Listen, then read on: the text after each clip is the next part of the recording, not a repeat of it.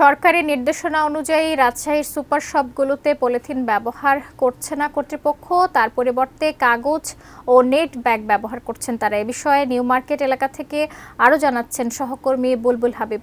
বুলবুল হাবিব, আপনার কাছ থেকে জানতে চাচ্ছি, এই যে নির্দেশনা তারা মানছে না, এতে কর্তৃপক্ষ কি বলছে জানাবেন।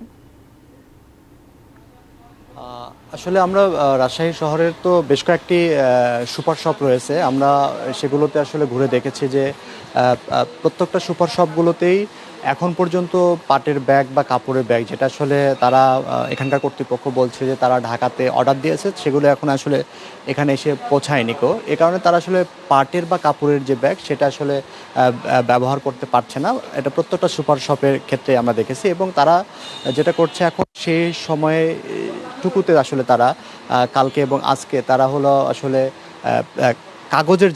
কাগজের ব্যাগ ব্যবহার করছেন, অনেকে টিস্যু ব্যাগ ব্যবহার করছেন, কিংবা হচ্ছে অনেকে আপনার হলো ব্যবহার করছে হচ্ছে নেটের ব্যাগ যেহেতু আসলে এখনও পরিবেশ বান্ধব না, সেটা নিয়ে আসলে একটা ইয়ে রয়েছে যে আসলে তারা বলছেন যে গতকাল যেহেতু জেলা প্রশাসনের পক্ষ থেকে ম্যাজিস্ট্রেটরা প্রত্যেকটা সুপার শপগুলোতে মনিটরিং করেছেন, এবং তারাও বলেছেন যে যেহেতু এসে পৌঁছায়নি আমাদের পাটের ব্যাগ এবং কাপড়ের ব্যাগ, সেজন্য তারা আসলে নেটের ব্যাগ সেটা ব্যবহার করছেন। শিয়া বাটার ও ভিটামিন ই সমৃদ্ধ lily glam beauty soap. Lily, always beautiful.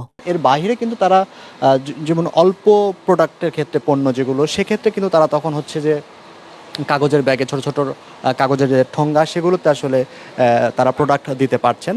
তবে ক্রেতা যারা রয়েছেন, যারা আসছেন, তারা যেটুকু বলেছেন যে আসলে তারা এই উদ্যোগকে খুবই সাধুবাদ জানিয়েছেন। তারা বলেছেন যে আসলে এই উদ্যোগটা বাস্তবায়িত করা দরকার।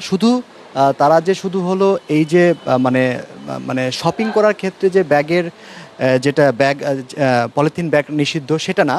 পলিথিন ব্যাগ যেন হচ্ছে প্রত্যেকটা প্রোডাক্টের, যেহেতু প্রত্যেকটা প্রোডাক্ট যেগুলো পণ্য উৎপাদন হয়, সেই প্রত্যেকটা প্রোডাক্টেই কিন্তু আসলে পলিথিন ইউজ করা হয়। সেই পলিথিনের ব্যবহারের নিষিদ্ধের কথাও কিন্তু তারা বলেছেন, এবং তারা বলেছেন যে আসলে এই নিষিদ্ধ করা হলে তবেই আসলে যে পরিবেশ বান্ধবের যে উদ্যোগটা সরকার নিতে চাচ্ছেন, যে একদম পলিথিন মুক্ত করতে চাচ্ছেন এবং মাটি এবং পরিবেশকে রক্ষা করতে চাচ্ছেন, সেটা আসলে কার্যকারিতা পাওয়া যাবে, এমনটি কিন্তু আসলে ক্রেতারা মনে করছেন।